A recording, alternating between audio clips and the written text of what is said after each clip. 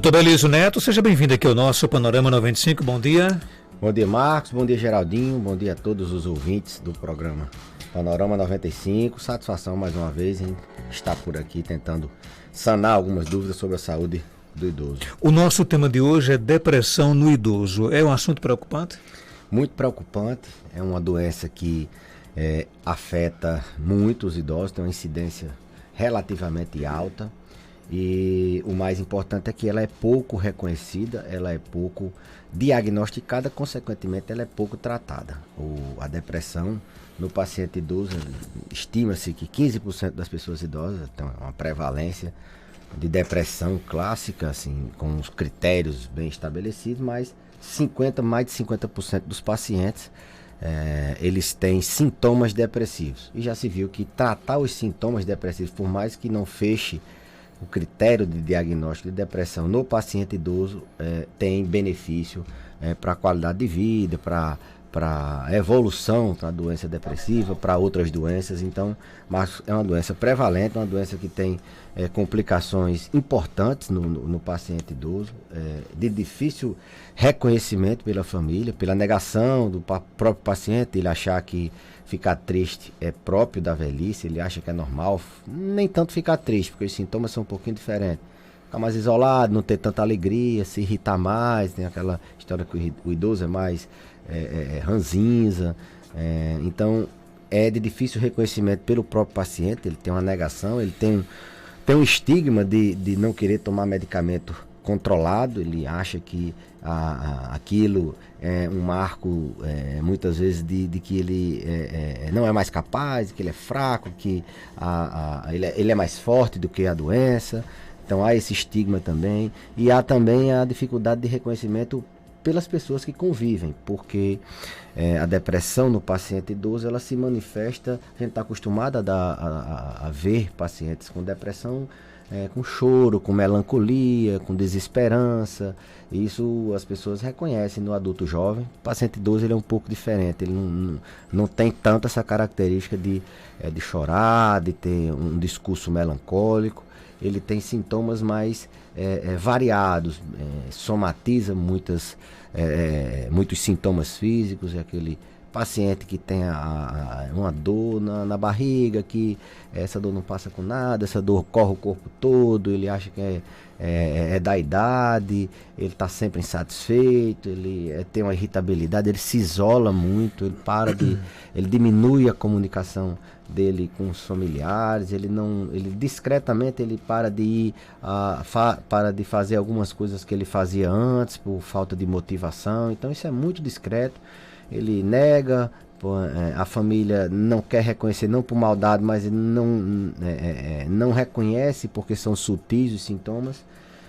Então o diagnóstico, a doença é muito subdiagnosticada, é muito subtratada, isso tem um prejuízo, um impacto muito grande na vida deles, porque a depressão, além dela ter um evento direto, que é a principal causa de suicídio, ela impacta a saúde física do paciente idoso. Se ele para de se movimentar, ele começa a ter problemas de ordem física, muscular, ele começa a ter mais dores. Se ele tem depressão, ele não quer aderir a alguns tratamentos, abandona os medicamentos de uso contínuo para pressão, para diabetes, ele não quer mais ir para consulta, ele não quer mais fazer a hidroginástica, ele não quer mais visitar parentes. Então há um impacto, ele começa a entrar numa bola de eventos negativos, uma cascata de eventos negativos, e isso tem um impacto para aumentar mortalidade, eles morrem mais, os pacientes depressivos, seja direto ou indiretamente, eles internam mais, eles descompensam mais outras doenças. Então tá com a cabeça bem, tá com a saúde mental em dia, favorece e evita de complicações em diversas outras áreas na saúde do idoso. Como ele tem esse limite, essa linha muito tênue de adoecer facilmente, de quando adoecer se recuperar com mais dificuldade, a gente se preocupa e traz hoje o tema, dada a sua relevância e dada esse momento de adoecimento mental muito exagerado que a gente tem passado durante essa pandemia. É fácil você identificar sintomas de depressão numa pessoa idosa? É mais sutil, é mais difícil. Como eu falei, eles têm sintomas mais diferentes, tem um pouco diferentes do paciente adulto jovem. Ele sutilmente ele começa a não querer mais fazer algumas coisas que fazia antigamente, e aí tem muitos viés. Você acha, não, é porque ele tá ficando velho, ele já não consegue mais fazer, ele já não tem mais a mesma vontade, você vai achando que é da velhice, é por causa da pandemia, já tomou a vacina e não quer voltar, é porque ele fica tentando dar justificativas que na verdade é um sintoma. Tem que ter a frieza. Muitas vezes quem percebe é um filho que faz tempo que não vê, é um vizinho, é alguém que, porque a gente o familiar não reconhece. Quando é um quadro de muito choro, de muita tristeza, de desesperança, falta de energia, sem disfunção, isso é mais fácil. Mas o paciente idoso, como eu falei, ele se apresenta com alguns sintomas um pouco diferentes. Sintomas físicos, por exemplo. Dei o exemplo da dor abdominal, mas muitos outros apresentam outros sintomas físicos, que é aquela dor na coluna, que ele tem a dor na coluna, mas era controlada, agora está demais, e essa dor desce para a perna, toma medicamento, não fica bem, e às vezes a gente vai por trás, vai fazendo uma avaliação mais detalhada e a gente observa. Então é sim um pouquinho diferente o reconhecimento. Tem que prestar atenção se ele está se isolando mais, se ele está ficando mais irritado, está mais teimoso, se ele está mais combativo, se ele o próprio esquecimento, e aí não é o esquecimento de Alzheimer, mas os sintomas na memória são mais exuberantes no paciente que tem depressão.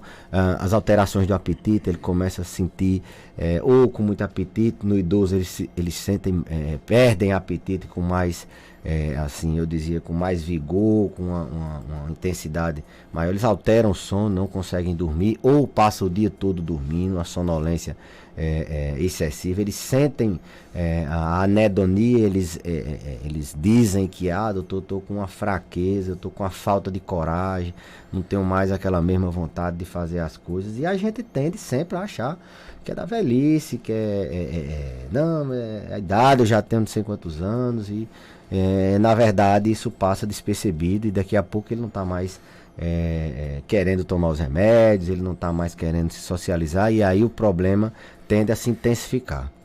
Como curar essa depressão na pessoa idosa? Bem, Marcos, a abordagem assim, a nível familiar é importante a família primeiro reconhecer, como a gente falou, procurar auxílio profissional. Mas algumas coisas a gente orienta como dica para os familiares. Primeiro é você não tentar resolver as coisas de maneira fácil, assim. É só você caminhar, mulher, saia, faça isso, faça aquilo, seu fulano, volte a fazer suas coisas, achar que isso, se for a doença mesmo, se tiver sintomas que o paciente não vai conseguir, ele vai se frustrar. Meu Deus, todo mundo está dizendo que é para eu fazer isso e eu não consigo fazer. Ele vai ter uma frustração. O que a gente deve inicialmente é dar atenção, é ouvir, é se colocar à disposição, é dar o ombro amigo, né? Acolher a pessoa. Você está, tô notando você tão isolado. Então a pessoa ouvir, observar, nada de estar dizendo você tem que fazer isso, tem que fazer aquilo. Muitos dizem, fulano tomou um remédio e tal, toma esse remédio, você fica boazinha, dando soluções aparentemente fáceis para problemas complexos, para uma doença muito complexa, uma doença grave, uma doença que tem uma complexidade, e no idoso, como eu falei, tem sutilezas que muitas vezes só o especialista vai conseguir detectar. Então, o que fazer? Dar uma atenção diferenciada, respirar fundo, ouvir o que é que o paciente tem, sem estar contra-argumentando, e organizar para levar para um profissional. Como eu falei, é uma cascata. O cérebro, a mente estando sem funcionar bem, o corpo todo não funciona bem. E aí, além desse apoio familiar, de você dar essa atenção, ouvir, levar para o profissional, a gente tem formas de tratamento, a depender do grau, se for uma depressão leve, a gente pode tentar só a psicoterapia com a psicologia. Se for uma depressão moderada, grave, a gente tem que iniciar medicamento associado sempre à psicoterapia. E quando o paciente já tiver uma avolia, já tiver uma energia para fazer alguma terapia alternativa como uma atividade física, a gente já no começo já não, tem muita gente, não, começa a fazer uma atividade física, eu costumo dizer, espera o remédio fazer efeito, deixa ele se sentir ou ela se sentir com vontade de fazer, com energia para fazer, que agora ela não vai conseguir, deixa o remédio ajustar a neurotransmissão do cérebro, que isso vai aparecer, essa vontade. Então, sim, na primeira abordagem a gente tem uma forma, na segunda, e depois a gente vai tentando incrementar as outras coisas, porque a depender do tipo de depressão, se é uma depressão tardia, o paciente é a primeira vez que ele tem, a gente está tendo muito isso na pandemia, o paciente que nunca teve quadros depressivos, está abrindo quadro de depressão tardia já na velhice, ou se é um paciente que tem uma depressão há muito tempo e ele está só fazendo recaídas, ele está fazendo novos episódios, e a gente tem que abordar de uma outra forma, né? Se é uma depressão tardia, o tratamento a gente vai por uma linha, se é uma recaída vai por outra linha, a gente tende a fazer medicamento, terapia, e aí o paciente, a gente sentindo melhor, a gente estabelece um tempo para conseguir uma remissão de sintomas. O objetivo inicialmente é tirar 100% dos sintomas, não é só dar aquela melhorada de 50%, se ele não melhorar 100%,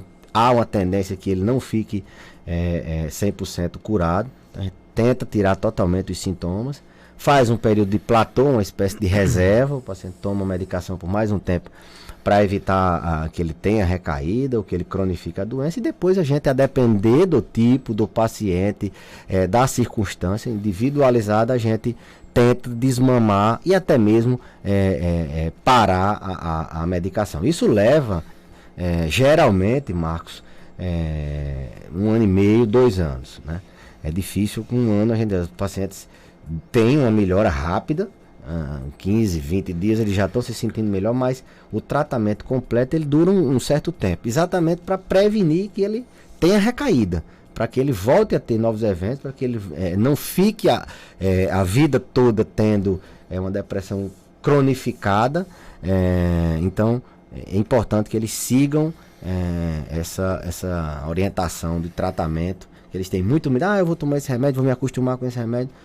E eu digo duas coisas. Eu digo, primeiro, você não tem que se preocupar em se acostumar com o remédio. Você não pode se acostumar com a doença. Viver doente é muito pior do que viver com o. Se for necessário tomar por resto da vida, ou por muito tempo, a doença ou a saúde. E depois que ela tem um começo, um meio e um fim. Se o paciente segue bem o tratamento, geralmente com 2 anos a gente tem conseguido desmamar, dependendo do tipo de depressão. Se é uma depressão tardia ou se é uma depressão que ele traz desde a juventude. Pergunta aqui da nossa ouvinte: minha mãe vai fazer 70 anos de idade e está apresentando esquecimento. Percebemos depois do Covid. Tem alguma relação e o que fazer? Ótima pergunta. Até essa semana passada eu assisti uma live do pessoal da USP, eles mostrando o que é que se tinha de literatura, de evidência desses sintomas pós-Covid.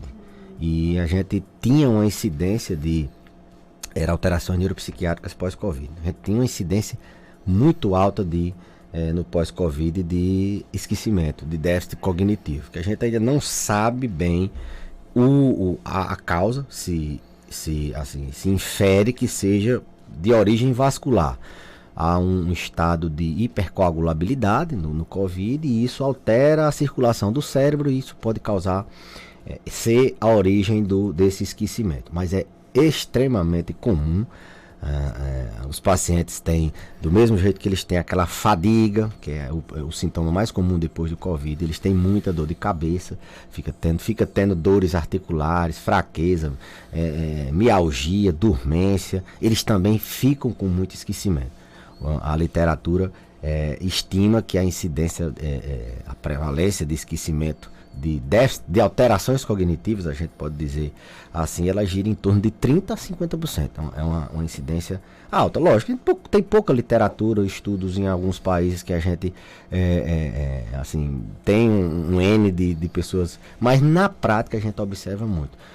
Lá no nosso serviço, tanto no serviço da universidade, do ambulatório de geriatria, do ambulatório de demência, como no consultório, a gente tem observado bastante as pessoas que tiveram Covid e vêm para consulta para avaliar esse esquecimento que a gente observa bastante. Muitos têm já a abertura de um quadro demencial. Outros é um estado que a gente ainda não consegue fechar um quadro de demência, já que eles têm atividades do dia a dia feitas com total independência, mas eles têm claramente um déficit na cognição. Então é comum, pode sim, esperado e já está documentado que é uma síndrome pós-Covid, os lapsos de memória, alterações cognitivas. Agora, é bom já procurar um geriatra? Sim, principalmente com 70 anos. O paciente com 70 anos que teve Covid, independente do que ele tenha tido, Marcos, ele precisa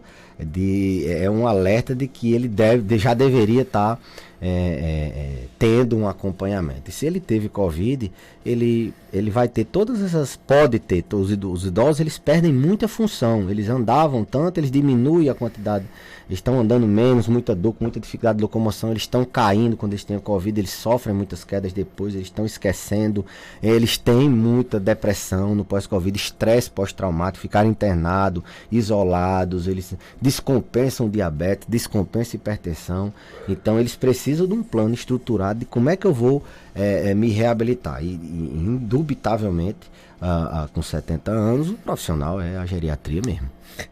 Minha mãe tem 72 anos de idade e toma vários remédios para coração, pressão e outros. Um dos remédios é o xareco, que ela toma há mais de 3 anos, só que agora ela está se queixando que quando toma esse remédio, à noite, quando ela vai se deitar, sente como se estivesse tremendo, o coração disparado. Ela disse que fez o teste de não tomar e à noite não sentiu os sintomas que quando toma, né? Alguma relação? Olha, eu acho que é Xarelto o nome do medicamento. Esse remédio é um anticoagulante, né? É o nome comercial da Rivaroxabana. Ele tem uma função exatamente de anticoagular o sangue, deixar o sangue sem coagulação, porque esse paciente, muito provavelmente, ele tem um risco de trombose maior. Geralmente são usados para anticoagular pacientes que têm um tipo de arritmia chamado fibrilação atrial, que é um tipo de arritmia que causa AVC.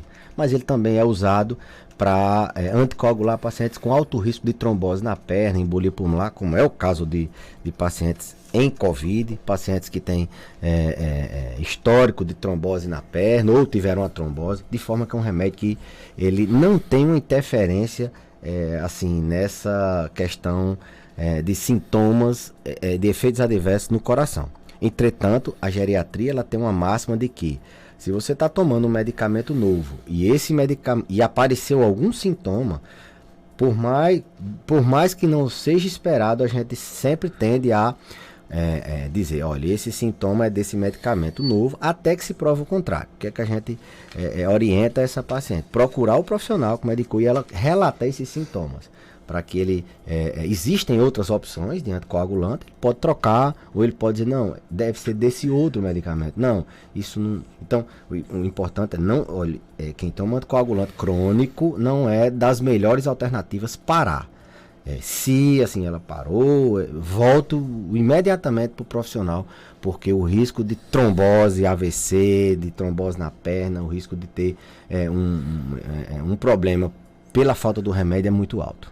Obrigado pela sua participação, até terça-feira. Eu que agradeço, Marcos, e queria deixar meus profundos sentimentos de pesar à esposa do meu tio Arnaldo, tia Nazaré, que ontem descansou. Ela vinha passando por problemas de saúde gravíssimos, de câncer, e hoje eu queria dedicar esse programa a ela e deixar meus profundos sentimentos de pesar a todos os meus primos, a toda a família que está de luto. 8h37, vamos ficando por aqui. Tenham todos uma ótima terça-feira, encontro marcado amanhã às 6h. Vem aí Iane Daniele na sua comunicação. Fiquem todos com Deus. Agora você ficou sabendo de tudo. A Rádio Rural FM acabou de apresentar